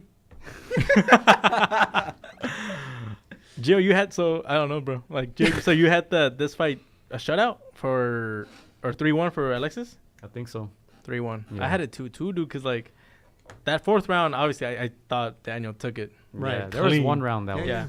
The 3rd one, I thought there was like it was kind of changing. First 2 rounds for sure for Alexis. Like, I'm going to go back and watch it. yeah, you gotta, Yeah. yeah, because I just saw the tide turn, and then I was like, that guy Daniel needs a big round, that 4th round to get a draw, but then he does that, Yeah. and I was like, he should win if he scored 10-8. He should win Right. based on So this kid was still in high school, right? Yeah, high school. He brought Alexis his, de Luna. He was still a senior Yeah. in high school. he's brought his teachers. yeah. But the boon obviously came because people, I guess, thought the way I did, at What's maybe his even record? a draw. What's his record? 4-11. No, the other guy. Alexis. Oh, Alexis 3-0. Okay. Yeah. But I think that's the typical LA crowd. They just want to see putazos, dude. They just want to see you go That's at true. it. So Yeah. they don't. I don't feel like they don't. Like people like in these little venues, I don't feel like they appreciate like That's the true. sweet Decisions. science. Yeah, that's You know, because the other guy was down on scorecards. To me, he was down 3-0, and on the last round, he just came in unloaded with everything he had. And then at the end, people thought he won, so they were booing at the decision. So Yeah, that's what I don't told know. Lou Moran. I told him that Mhm. you think these people have short-term memory. You know, that they're just into the now. They Yeah. just saw Yeah. what just happened in the previous 3 rounds. That Luna was putting in work. Just Mhm. because he won that round, it's like Wilder, right? Just because he Mhm. had the 2 knockouts doesn't mean you won the fight. Yeah. you know, to me, it looked kind of like the first 2 rounds, like Alexis outclassed him by a yeah. lot. Mhm. And then the 3rd round was a little closer, so people are like, "Oh, maybe the other guy won." Right. Mhm. That's how I saw Yeah, it. I can see that. But, And see then that. but they're the last reaching. round for sure he won. Yeah. Bastian. Yeah, for sure they were booing because obviously the hype man. Daniel, the hype man, Daniel Bastian brought the action at that last round, and Yeah. they love that. Yeah, they love So, that. yeah. Get him. Get him. 5th fight, Michael Norato, Luis G. Avila. Oh man, this was an interesting fight. Oh, And my Norato- 6-round fight. Yeah, gosh. Norato came. I'll start with the intro. Like the entrance, he came with his music. Obviously, what we talked about, like that's a way to make fans. It was one of those things where Lily was like, "Oh, I know this song. Oh, I know this song," and we're just like, "We don't have no idea." Yeah. But it was like those corridos and stuff. So I guess that's a good way to hype up the crowd. Right. Yeah. Want to talk about the fight, you? Yeah. So Michael Norato. Oh man, this guy Luis Avila. If you saw his face, you wouldn't even think he was in a fight. Oh Yeah. my god, He was just there chilling, poker face, dude. poker face, bro. Like He would give a good punch, Yeah. same face. He would take a big punch, Same same face. He would go to the corner, Yeah. same face. It was insane. And I'm gonna give you a visual for everybody. So I'm not trying to be disrespectful or anything like that. I don't know her name, but what's the woman from Twilight? Yeah, she has no emotion, right? Yeah, yeah. that's how. That's no, how- this guy's worse. Yeah. Oh, you think so? guy got her wow. Yeah. Yeah. Yeah. He had no emotion when he got punched. Yeah. He put up a good fight though, cause like you see their records and we know we've called Norato's fights before, and he's Yeah. almost been dominant. So Norato was 6-0 going into this fight. And Luis was 8-16 and 3 draws. Yeah, And and they're not to, fighting be, at not to 135. be mean, but Luis had a big head, bro. That's a big target. Big target. And so, like, Edit that out. We're going to edit that out. Okay, edit that out. The last title was no respect, dude. Yeah. This is a new episode, man. Yeah. But, man, he was getting hit, Yeah. tagged, and he kept taking the punch. Like, he This guy, kept no taking respect. the punch, and he gave some good Yeah. punches back. Yeah. Oh, man, he made it a fight. Yeah, I I mean, enjoyed if that fight. It was a good I fight. did. I enjoyed. That was my favorite fight out of all of them. Yeah, I was like, that guy has Because I was heart. laughing the whole time. I was like, Luis has. Yeah. I won't even say what we. Yeah, and See- you guys can go back and watch these fights. They're on YouTube. Yeah. On I know what- JT Media Production. Hold on, let me try to get this plug. Fool. Come on, man. JT Media Productions. Come on, man.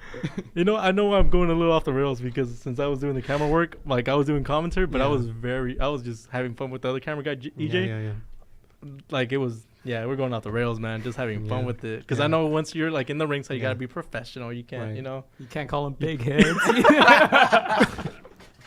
Yeah, you're savage. I was just having fun with it. I was like, I never get to do this, so.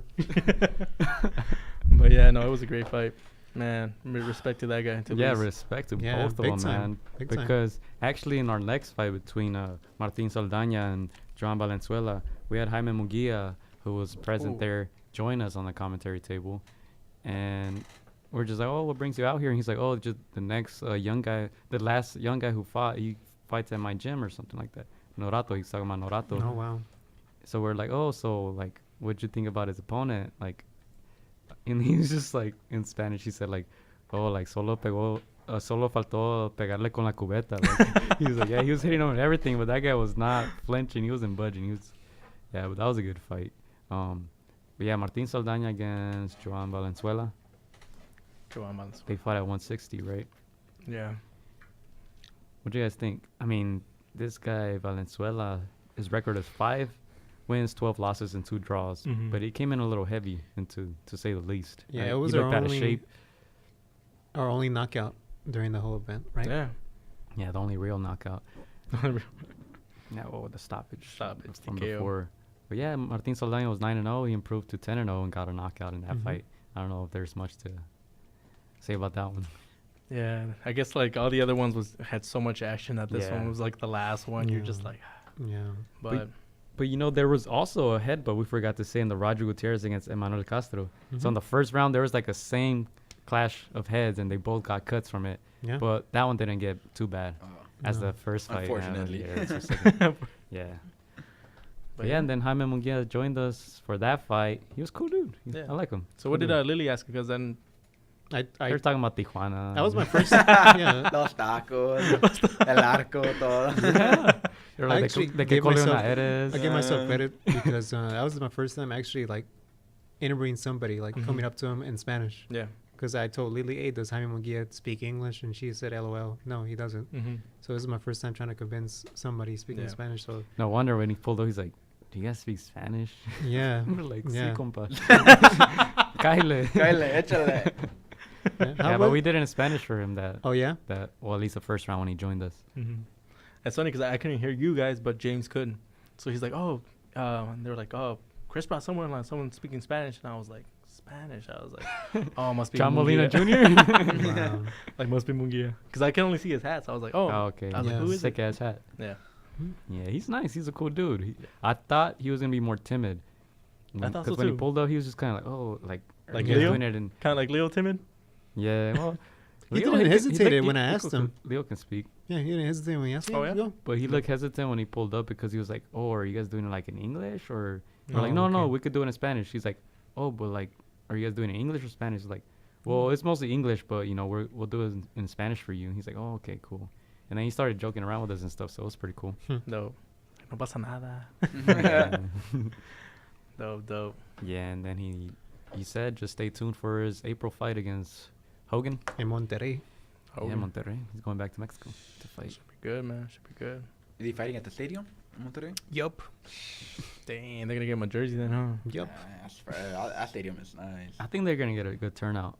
I Yep. think people get behind like the Mexican boxers who go back and fight over there. Yeah. Most Yeah. people don't do it, but I was hoping Juan Manuel Marquez would do it at the end of his career, but Yeah. he didn't, huh?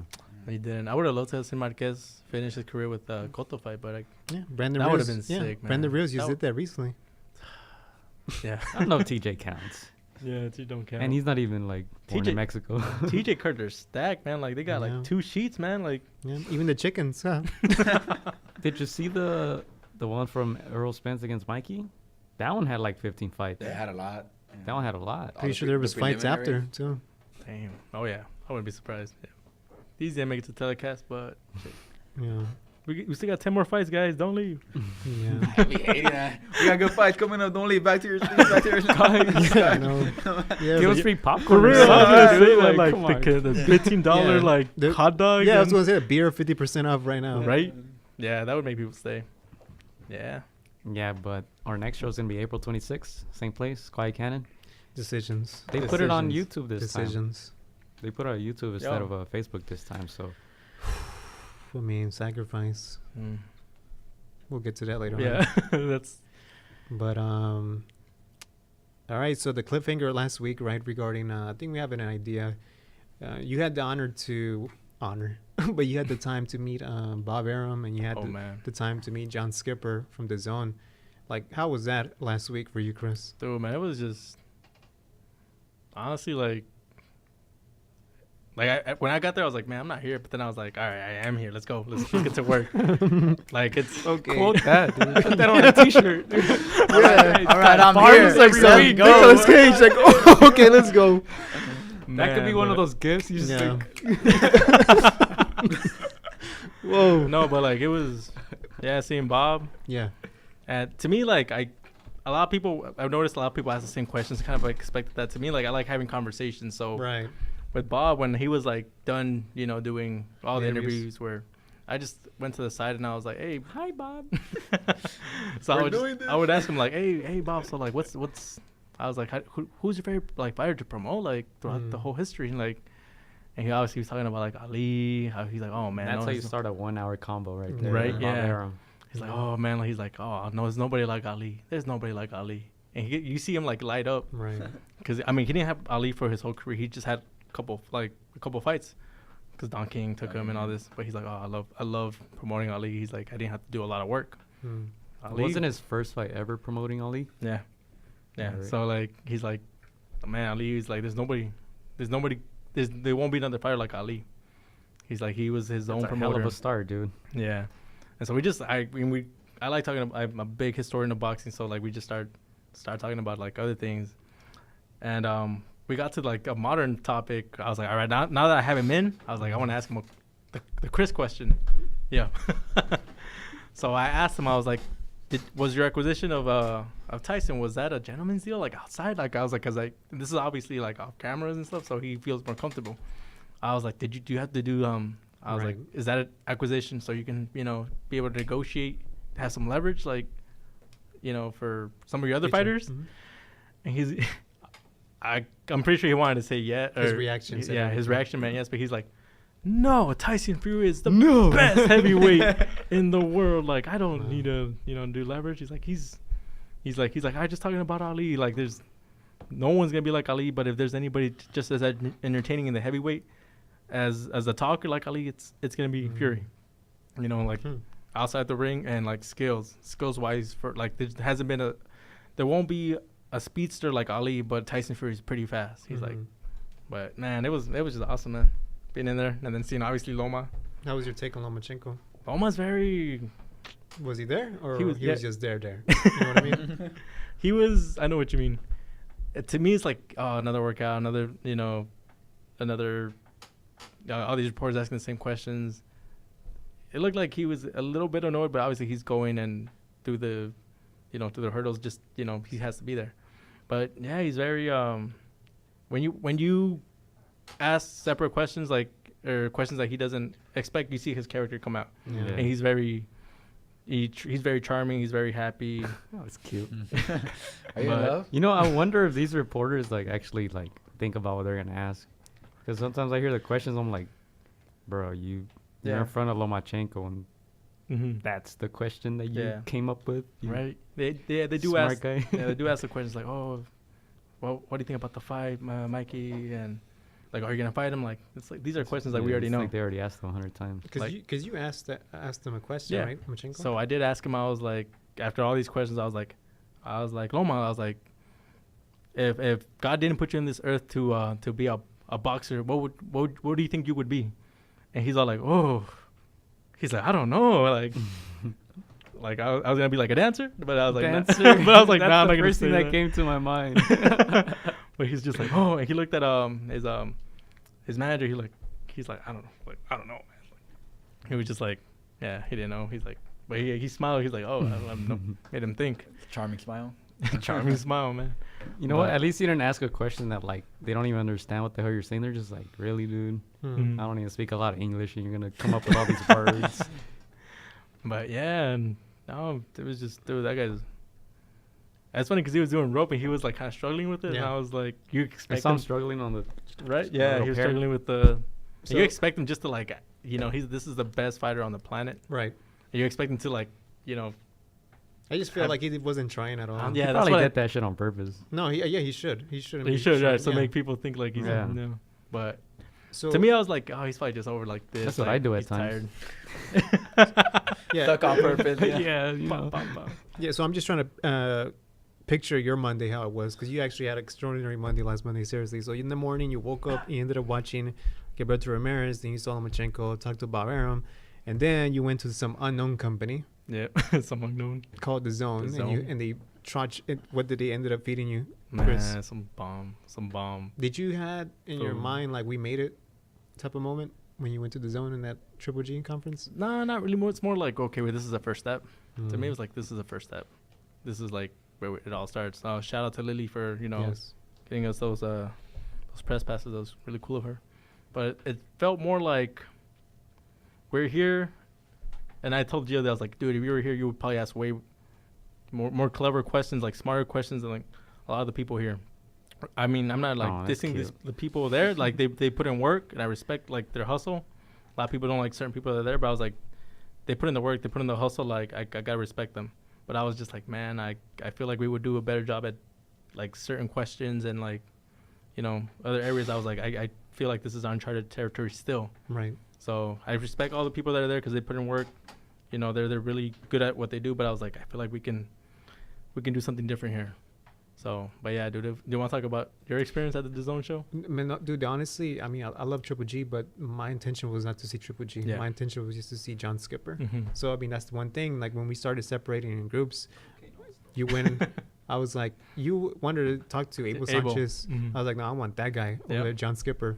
And there was only two people right next to me. I was Trezera, Yeah. and then Barbershop Conversations. I think, Mhm. I don't know, sure what type of channel it was, but man, it's just the thing is he wasn't actually saying anything regarding Deontay Wilder, right? Mm-hmm. And keep in mind, so this guy John Skipper, he's the basically CEO, chairman of The Zone.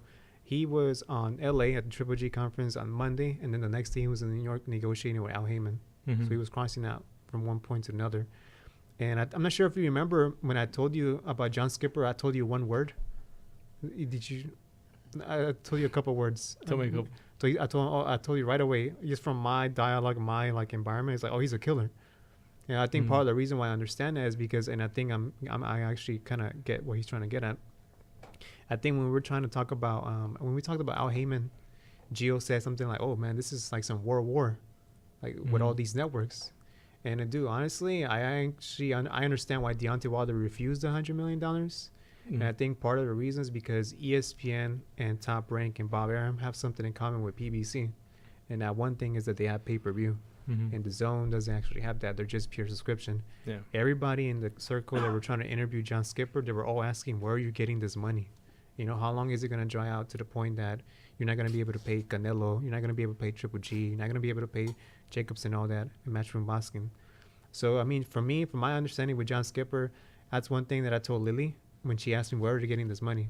They have a bunch of investors. They're not just dependent on boxing. They have so many sports, Serie A, La Liga, all these other European tournaments outside the country. So they're not just dependent on boxing.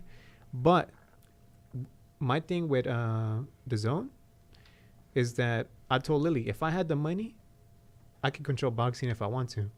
If I have billions of money, I'm able to control. I could buy any boxer and have my own league. That's the thing what The Zone has right now. They have all the money and they can control boxing if they want. It's anybody's. It's not regulated, right? And that's one thing that that Al Heyman and Byram have to do. They gotta. In World Wars, you team up. and you have alliances. Yeah. And I think that's something that I'm finally seeing, where you have PBC and Top Rank make the best fights on pay-per-view, and let the zone see how long they can last until you run out of money, because $10 is cheap for a month. And on top of that, you have one. I was actually going to tell this to the John Skipper. I'm like, hey, dude, because ESPN learned it the hard way, right? It used to be a 1 month free subscription, and then to 7 days, and the zone has 1 month. That's a long time, you know.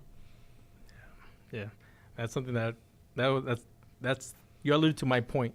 How many people were there with John Skipper? Just you and like two others? 3 people. And like 20 with Triple G? Yeah, 20. That's like we can dig at the stories that a lot of people miss. Same way at the HBO show where we Rochin. went with Rochin, only us. Everybody else was like, there was 2 stories. And we found the one that a lot of people don't pay attention to. Yeah. So, but yeah, that Skipper, his own money, pockets are deep. Yeah, I mean, my thing is with Deontay Wilder, why he refused the money is because he was getting offered $100 million for 3 fights, right? But I think for Al Heyman, he understands that money can actually. Here's the thing: if I was to give advice, the zone should have never had an interview meeting with Deontay Wilder at all, because what they ended up showing, they showed up their pockets. This is what we have to offer right now. Imagine if Deontay Wilder ends up fighting Tyson Fury. You actually think that money is going to be $100 million? It's going to have to rise up, because your value is going to go up. Yeah, because you rejected it, yeah. And it was on pay-per-view too. So the fact that they show their money, $100 million, that means that they already set the bar at a certain period, right? So the money has to be more after that. Yeah, and that's Al Heyman advising him, like, hey, this is what they he just value. You reject it, they're going to have to offer you more next time around. But what do you think about that, Frankie? Yeah, what's your take with the zone? I think you touched And do you have on any questions? I think you touched on a very crucial, amazing point that not many are thinking about and looking at it with the whole PBC and ESPN. From a boxing fan's perspective, if you think about a couple fights, maybe the top 2 most fights you want to see right now, number 1 to many fans is Errol Spence and Terrence Crawford. Number 2, Mikey and Lomachenko. Yes. You know, those are the 2 fights. The third one, it could be a toss-up, but those 2 are fights people want to see. Yeah. Those are both 2 fighters by PBC. And you could put the third one, Deontay Wilder and Tyson Fury. Deontay Wilder and Tyson Fury. Now you have all three fights that the boxing world needs. Because who does the zone need? They need Deontay Wilder to unify the division. Yeah. They need him more than the other fighters. Exactly.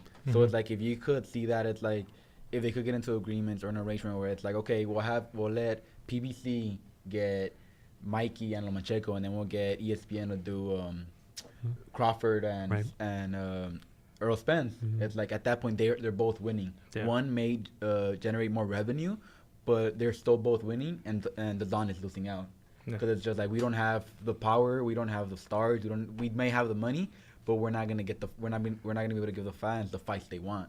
And right now, if PBC and ESPN were smart, they would jump on that. Right. You know, so that's a really, really good point when you think about it. Yeah. Because the zone, I mean, how do you develop a fighter when they're in a subscription, right? And how do you develop a fighter when you have PBC and ESPN pay-per-view? Good point. And it's like, that's why I think I told you guys last week, I was okay with Deontay Wilder not taking the Zon money. I was like, you know what, it's fine. It's like, yeah, people may look at it as like, oh, he's ducking Joshua. You know, he wanted Joshua a couple years ago. You know, if you look at the heavyweight division, which fighter has given you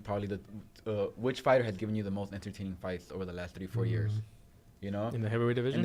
Yeah, you have Klitschko and Joshua who put up an amazing fight. Yeah. But then you have Wilder who fought Ortiz. You know, you have Wilder who fought Fury. You know, and it's just like, in today's day and age, it's just like, yeah, the boxing is cool and people are gonna watch it, but it's just like, the internet has a big role in how much of a marketable superstar you are.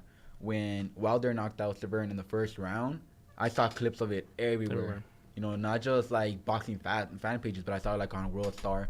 I saw it on all these, on Facebook, on YouTube, on Twitter. All these people tagging Wilder, like, oh, this is not only a heavyweight champion, but he's an American heavyweight champion, something we haven't had since Tyson. Yeah. You know, so it's just like, yeah, it's like, he may not be the most skilled boxer, or he may not be the fastest, but he's the one that's been putting up entertaining fights, and that's gonna raise up his value a lot. It raised up his value with Ortiz, with Fury. If he puts on a show with Brazil on May 18th, May 11th, May 18th. Around there, yeah. Yeah, because like, if you're Al Heyman, why would you want to fight Joshua right now? Yeah. because you know that there's more risk understanding that Joshua can beat your man. And I told you this too in the beginning of the month of December. I told you that during the first week of December 1, you're going to see Showtime and PBC showing their A-side fighter, Wilder. The second week was going to be ESPN Top Rank with Lomachenko. The third week was going to be Golden Boy in the Zone, Canelo. They're trying to protect him as much as they can because they know that the risk is with Joshua, not the risk with Tyson Fury, because they know with one punch, all it takes is 2 seconds to win that fight. That's true. And your value goes down if you if you lose to Joshua. And it's like you said, the Zon money, we don't know how long it's gonna last. You know, the pockets are deep right now, but their prize possession right now is Canelo. Everybody knows it. Yeah. You know, it's just like he signed on for 6 years. Oh no, it's 5 years. 5 years. 5 years. You know, Canelo's 28. You know, in 5 years he's gonna be 33. Free agent. That's good math, right? That's good math. He's Back gonna to back, back to back shows. Damn, son. You know, That woke me up. you know, he's gonna be 33. He's gonna be a free agent. It's just like if the Zon money runs low. You know, if he's like, I'm not making any progress. I already got paid a set amount. Why don't I take my talents to BBC, sign a 4-fight contract? You know, and it's like he won't be at his best anymore, but he'll still be a very entertaining fighter. Yeah. And he'll still have, you know, his people behind him. Yeah. And, You know? and I think that's one thing that you're noticing with the Zone. The Zone has all the middleweights, right? And you also see Eddie Hearn telling Dimitri Bivol to go from 175 to 168, because if you go from 175, you have no other fighters at 175 that the Zone has. If you go down to 168, you have the potential of probably fighting Triple G at 168 if he wants to go move up. You have the potential to fight Canelo towards like the fifth fight, whenever he wants to fight him. So right now, if you look at the PBC and Fox Showtime, they have all the welterweights, right? Even with Top Rank, they have all the prospects. That's the way I look at it. Yeah, I do. Damn. The competition is good, man. That's really good. Competition is good. And it sucks for fans like us, whether you're paying for ESPN, whether you're paying for the Zone, whether you're paying for Showtime. It's just like That's why, like, even like Bernard Hopkins, when he went from Showtime to HBO, he was like against Kovalev. He said the Civil War is over. The world's like, you know, the Cold War is over. Nah, this shit just got real. It just evolved into something even worse with the networks. And it's like, even then, it's like, yeah, there was a civil war, I guess you could say it, between Showtime and HBO. But it's like, as the fans, we weren't really taking a hit, you know, because it's like most of the time cable providers package HBO, Showtime, and Stars. And that's the thing. I'm pretty sure HBO saw something on the horizon. Like, yeah, we cannot fuck with the Zone. We got to board ship right now. Yeah, They had. There was no. They didn't have the budget. Yeah. Sure. And they made, you know, always HBO had an unprecedented run, you know, 30+ a year in the sports. So it's just like they knew when they quit while they were ahead. And Chris, you asked Triple G that HBO question, right? Do you want to talk about that? Nah, I just asked Triple G, like, what was his thoughts regarding his last take? You know, where was he at emotionally, mentally when he finally announced that HBO is no longer fine? It almost felt like he was just done with HBO. He just wanted to move on. Here I am with the Zone. This is my new home. Props to Triple G because he has his own Triple G promotions with the Zone, so he's able to develop fighters. You know, that's generational wealth right there for Deontay Wilder. That's true. Which means, who do you want Triple G to fight? Who do you want Triple G to fight? Because he's gonna fight in June. I mean, we talked to Abel. Obviously, it's not gonna be a big name. It's gonna be more of a tune-up fight. What are some of the names that I heard some fighter from Poland. Gabriel Rosado. You never know. Hey, you never know. You I never saw know. that they were talking with, I think, the guy from the Contender, I think, Yeah. was the show. Brandon Brandon Adams. That I can actually see it happening just because he's from LA. That's gonna bring everybody from Inglewood to go chop it up and watch him over there at the forum. And then Triple G's from Santa Monica. So yeah. It's like, even when he fought the fight is at the forum.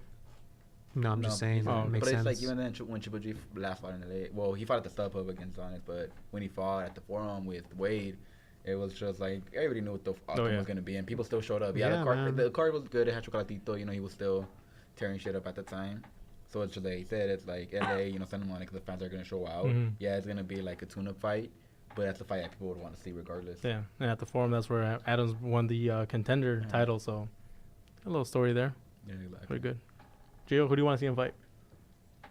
Gabriel Rosado. Canelo. Kinda. Yeah. I mean, if anything, Rosado's better than what he was back then, and Triple G, not the machine. It's over the Over the hill. mountain. Over the Yeah. hill, yeah. The mountain. Sorry, I've been watching Game of Thrones. That's like, you know. Bro, You got man. another one. Are you caught up? Yeah, I'm caught up. I'm rewatching it just. Okay, I'm watching season 7 right now. So. All right. Convince me in 1 minute to watch it. Dragons. I've never. Dragon. That's what everybody says. He said Nah. dragons. In 1 minute. All right. It's cool. It's It's cool. Yeah. Yeah. The best way to describe it is for you to 50 watch seconds. it. It's like you're there. Okay, we're here. Let's go. Nah, man. There's a lot of character development in the 40 Yeah. seconds. Oh, yeah. There's a lot of character development in it. So it's just like you watch it, the first season you're kind of thrown off. You're kind of like, who do I like? Why do I like them? Mhm. But then they start having these things where it's just like they do questionable shit, and you're just kind of like, damn, I don't really mess with that. But then they come back and they 30 seconds. change up the way they are. You know, there's like different plots going on, so it's not just one whole story. Yeah, the overarching theme is winter is coming, but you have people on this side of the land doing this. You have people on this side of the land doing 20 this. seconds. The girls are hot. Okay.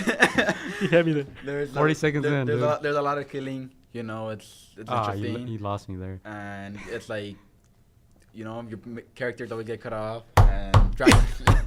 Dragons. Dragons. Well, if I wasn't hooked now, I'm hooked even That more was now. the 10-second count. Oh, that was a 10 second Hold on, ring the bell. Ring the bell, dude. Bing, bing, bing. There you go. Nah, you missing out. It's the greatest show of all time, too, Yeah, man. That's, fuck it's, no. it's dope, man. No, You it's say not. you like Breaking Bad? You like Breaking Bad? They don't cook meth in that show, so. They're cooking something else though. They be cooking. Man. Nah, man. I saw Breaking Bad. It was cool. It was dope. Definitely like top 3. Mm-hmm. If Charlo wins against Harrison, I will start watching it. You're going to be too late.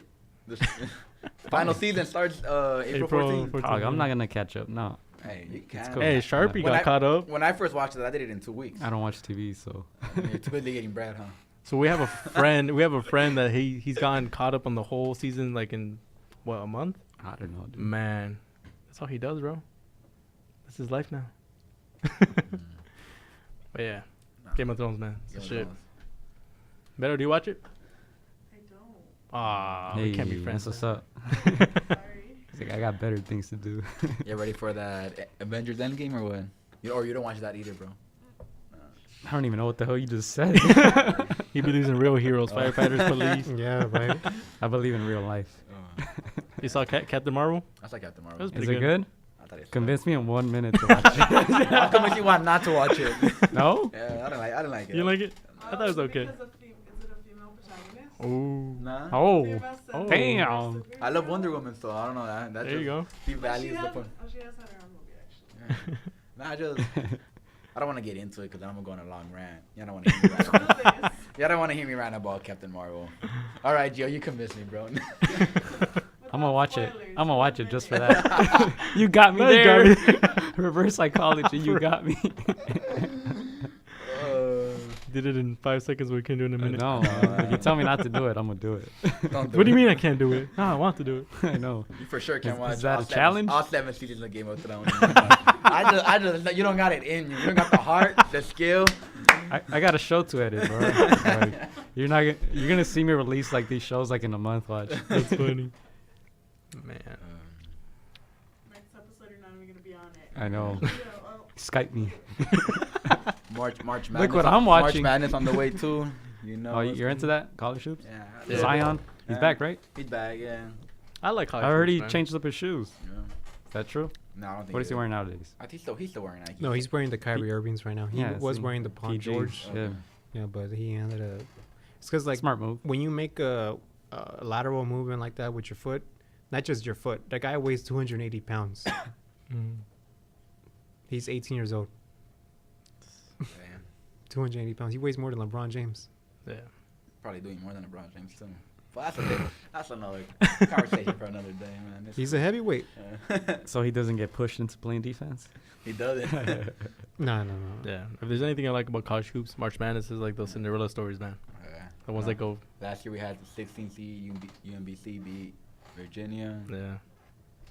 I'm gonna be in Vegas for the weekend, so I'm excited for that. There When? you go. Mm. This weekend? This weekend. Oh, shit, what are you doing out there? So, you know.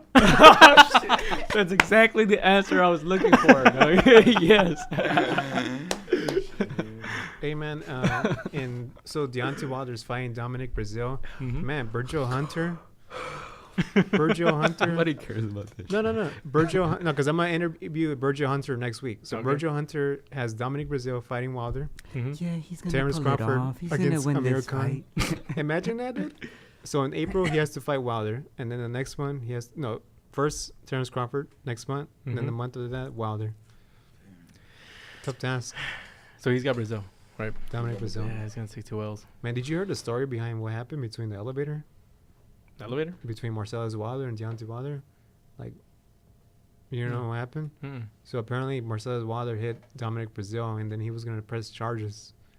I think that's why Eddie Hearn and Dylan White are complaining that that's the reason why he went up the rankings for the WBC mandatory. Wow. You get the shot because you Yeah. didn't press charges. He didn't press charges in the end. It's crazy. Damn. I gotta go Yeah. piss off Broner then. Yeah. Oh God, Indiana. And then Tyson Fury. Hey, that's gonna be my first time going to Las Vegas. June 16th. That's when Mm. Tyson Fury fights in Las Vegas, at Thomas Mack Center. So I'm looking forward to that. Hopefully You they gonna have. go to that? Yeah, hopefully they have Kovalev versus Anthony Yarde in the co-main event. Mm. Shh. Yeah. That would be a fight. So, Jay, I didn't ask you. Do you think Wilder made a wise decision turning No. down the 100 million? Take the money and run? Is that a trick question? dude? That's crazy, huh? Because like when you reject money like that, you think that tomorrow is given. Yeah, I think he thinks like, yeah, tomorrow like he's gonna be worth more. Yeah. But honestly, you never know, dude. A lot of people are delusional. So. You could take like if you I'm not saying he's gonna lose to Brazil, but if you lose, that money's not gonna. Come back. Yeah. Yeah, that's not gonna be your worth no more. He's betting on himself. Yeah. Yes, You know, and that's what he's doing. And it's How old just is like he? Wilder is 31. 31. Like I said, some people are delusional. 100 million. That would have been 3 fight. Three Yeah, fights. 3 fights. Dominic, 20, 40, 40. So 33 million, Good fight. 30 million guarantee. Yeah. So do you guys agree with me now that they're all ducking Joshua? Nah. And hell no. actually, I don't yeah. think get me started. Yeah, no, and today Eddie Hearn was interviewed, and they asked him there was actually 2 offers. The one that you just mentioned, and then the second one was that there was going to be a 4th fight for 20 million. They don't want none, man. Did I hear right? Once after he rejected that deal, they offered 80 million to Klitschko to come back. I don't know about Guys that. hear about that? Not yet. I wouldn't even tune in for that at this point. Against Wilder? Oh, they just offered Klitschko like 2 fights for 80. Oh no, 3 fights for 80. Well, I mean, what happens? What happens if they can't get Wilder within next year, you know? Yeah. So they're going to have to bring Plan D, right? Which is Klitschko? Because they have Usyk and Dylan White. Who's Mhm. Plan C, right? Yeah. All right, let's wrap it up. Let's wrap it up. Go ahead. Any shout outs, guys? You guys want to throw out there? Start with Gio right here on the right. Any shout outs? Check out our MySpace. It's up and running. All these videos will be going up on there, so I don't know why you're laughing. It's MySpace, man. This It's guy, coming. I It's know, coming right? back. Yeah, back. you're It's laughing at coming our own back. company, dude. It's Yeah, coming man. back. It's MySpace. It is back. Our Twitter is up and running now too. We got a new Twitter at Against the Ropes, same thing. Instagram at Against the Ropes. Subscribe to our YouTube channel, There you go. Against the Ropes Podcast on YouTube. I will be putting up the episode on SoundCloud as well. Oh, we got a Facebook too now. I'm posting up the videos on there. I think that's it, man. Shout out to all the people in the comment section on YouTube. Keep that shit lit. I can't wait to hear the jokes for this episode. Man, you gave him a lot of material. Yeah, man. Thanks for tuning in. What you got, Frankie? No shout outs, just myself. Damn, At MV Frankie P. Of course. One more time. I gained a couple followers. Hey, Oh, there you go. Hey. I just got one. Shout out. Shout out That was Lily. us, right? Nah, shout out Lily. Hey, there you go. Damn, bro, you gotta step your game. Or you gotta get some hot takes on this shit. That's all. Dude, that's how you get views and shit, like followers. Just you know? saying. All right. Yeah, just say some crazy shit like Charlo can knock out Canelo or something. Why would I be spitting facts, bro? I ain't There tryna- you go. I ain't tryna Good get into start. that. Good start. I'm meaning it too. Man, we were trying to go Canelo free, man, in this episode. I already Right, mentioned man. him like 4 times. Yeah. That's true. Why do you guys always mention Canelo? Hmm? Yeah, We we're try tired. not to mention him unless Fine. like it's necessary. Like Uh, yeah, Mhm. but That's cool. I mean, he hasn't fought like since when December, and he's not gonna fight till May. So At this point, we'll bring up his name the first thing we say next week before the Just- introductions. Canelo's, yeah. Get out the way. So you think he's gonna lose against Jacobs? No, I think he'll beat Jacobs. All right. You should have said yes. You could have got like 5 more followers. They would just talk shit to you. You got anything? Chris? No. None? Shout out again to Vero for doing our photos today. Mm-hmm. Shout out to JT Media for this past weekend. Yeah. Yeah. Check out JT Media Productions on YouTube if you guys want to watch our last ringside commentary show. We'll be back April 26th, like I said. And we'll be back next week, all right? Thank you guys for tuning in, man. Ring the bell. Bing, bing, bing. We out. We out. Arrivederci.